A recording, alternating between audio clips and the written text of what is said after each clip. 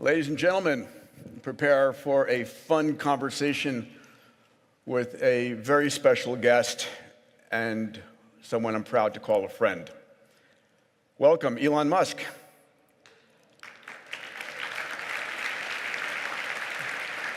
Elon, welcome to Riyadh.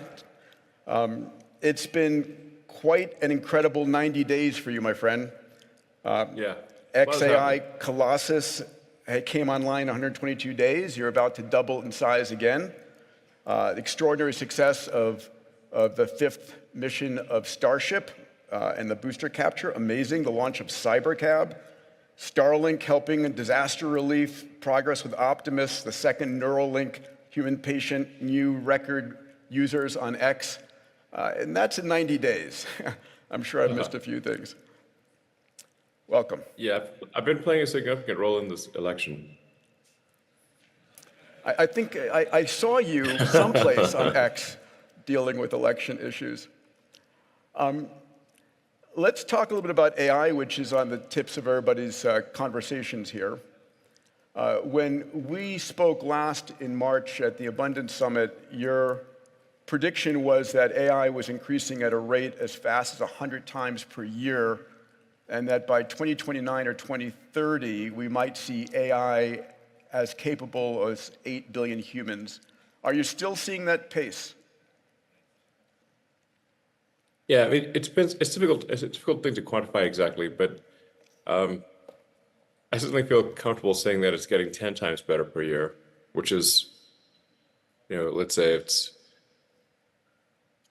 4 years from now, that would mean 10,000 times better.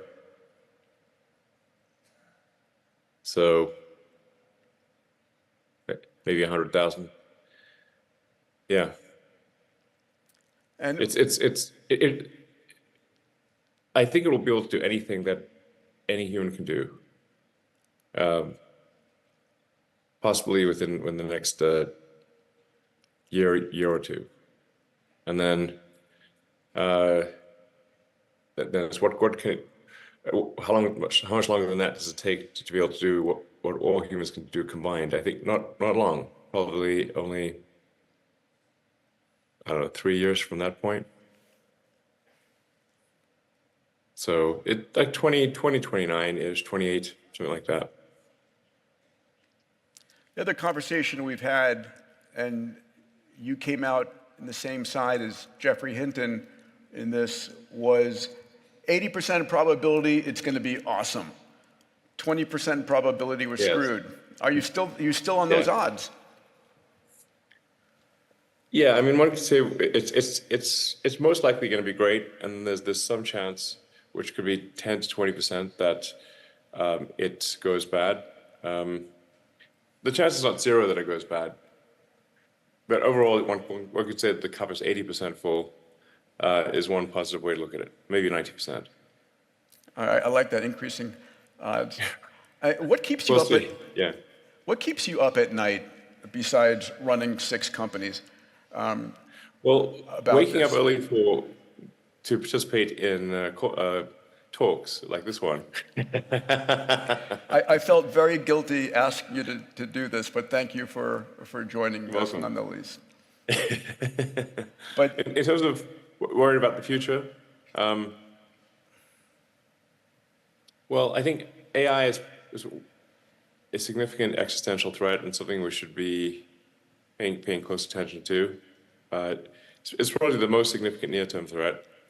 The longer term than that is the global population collapse. Birth rates have been collapsing pretty much worldwide, and we're headed to a situation where, for example, based on current birth rates, South Korea would have about a third of its current population, perhaps much less.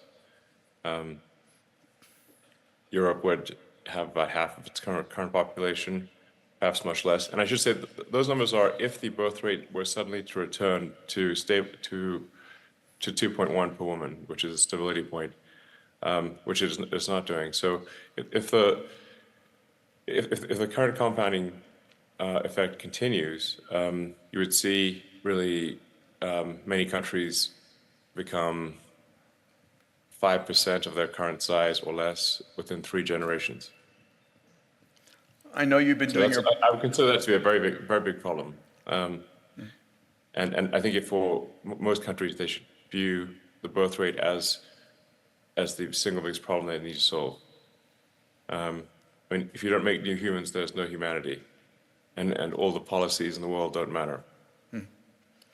I know you've been doing your part to maintain the birth rate in the U.S. Yes, I am. I mean, you know, you've got to walk the talk. So I do have a lot of kids, and I encourage others to have lots of kids. But on the AI, and I'm sorry to go negative on this, but what are you doing right now that's most important for countering that 10% probability of dystopian outcomes? Is there something, or is there a regulation that you're promoting? How do you think about, the upside will take care of itself. How do you protect against the downside? Well, my instinct with respect to AI safety is that you have to create a maximally truth-seeking AI, which may sound obvious, but that's what I'm seeing being produced is not maximally truth-seeking. It tends to be trained to be politically correct, and for a lot of the AIs that are being trained in the San Francisco Bay Area, they have taken on the philosophy of the people around them, which kind of makes sense. So, you have sort of a woke, nihilistic, in my opinion, philosophy that is being built into these AIs, and they're being taught to say crazy things in some cases that are very troubling. Like when Google Gemini came out, people asked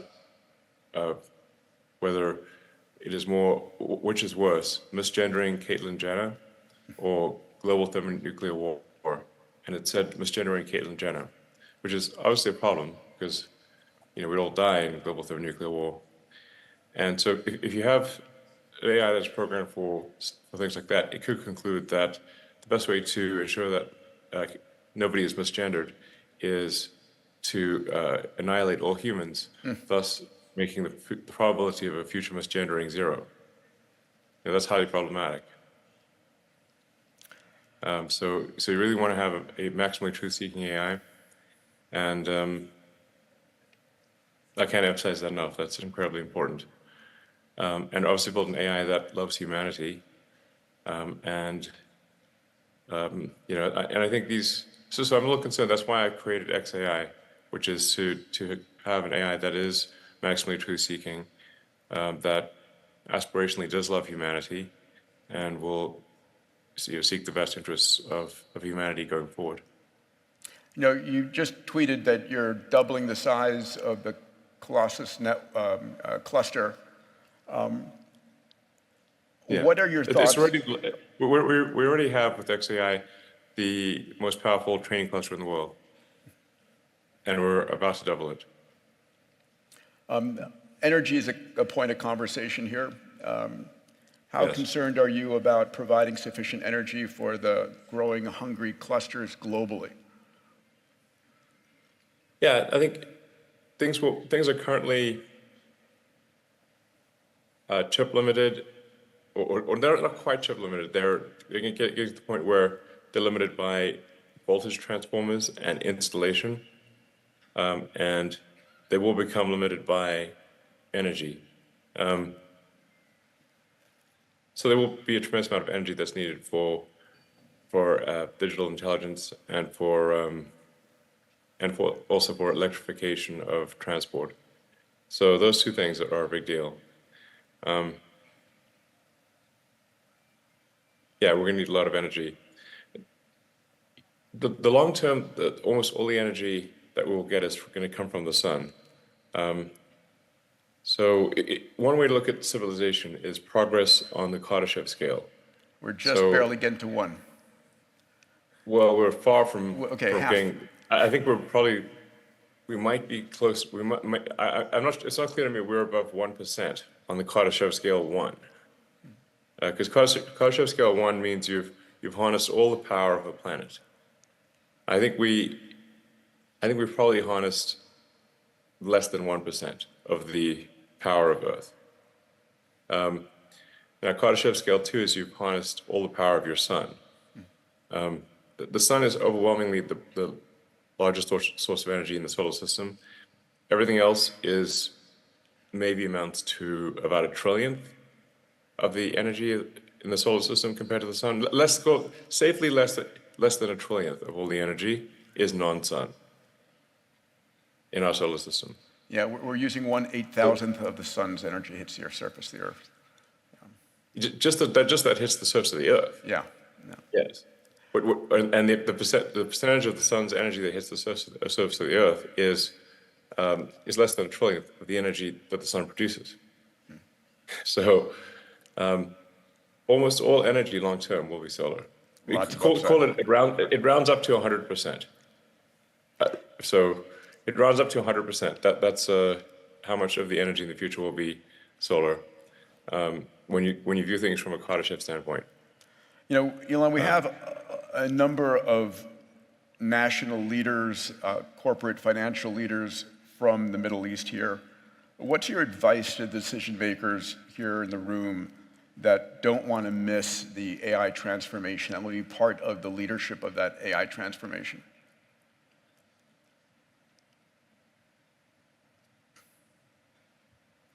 Do they need to build their own clusters here?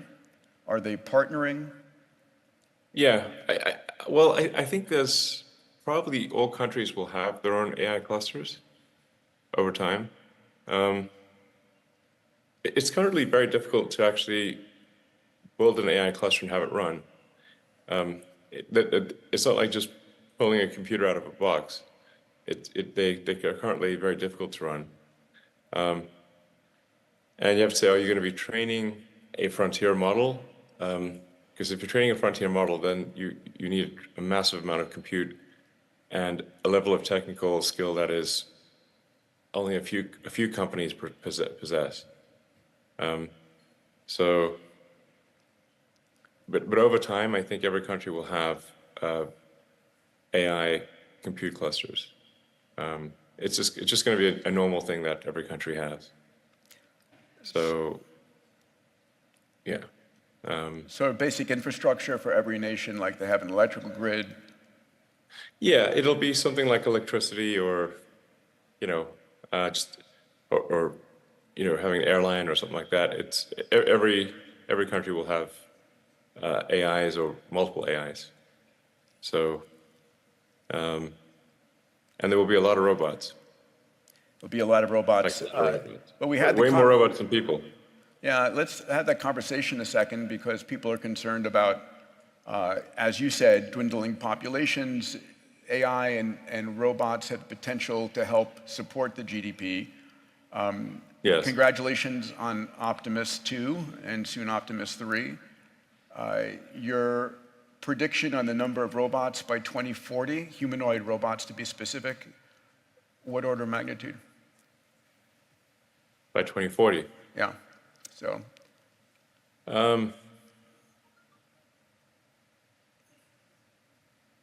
I think if you say like 2040, probably there are more humanoid robots than there are people. So on the order of 10 billion, yeah. Yes. And your price point on these humanoid robots? You're pretty good on pricing. Sometimes you're off on timing. Yeah, I'm often optimistic on timing, but although the press will report when I'm late, but not when I'm early. For example, our Shanghai factory, we thought it would take about 1.5 years, and we did it in 11 months. Our Nevada factory, we thought 2 years, we did it in 18 months. Or the Colossus cluster. Texas factory, 2 years, we did it in 14 months. So I've been early actually many times. It's just not reported. So when I make a prediction, I try to say what is the 50th percentile likely, which means that half the time I should be wrong. So I'm not sandbagging essentially.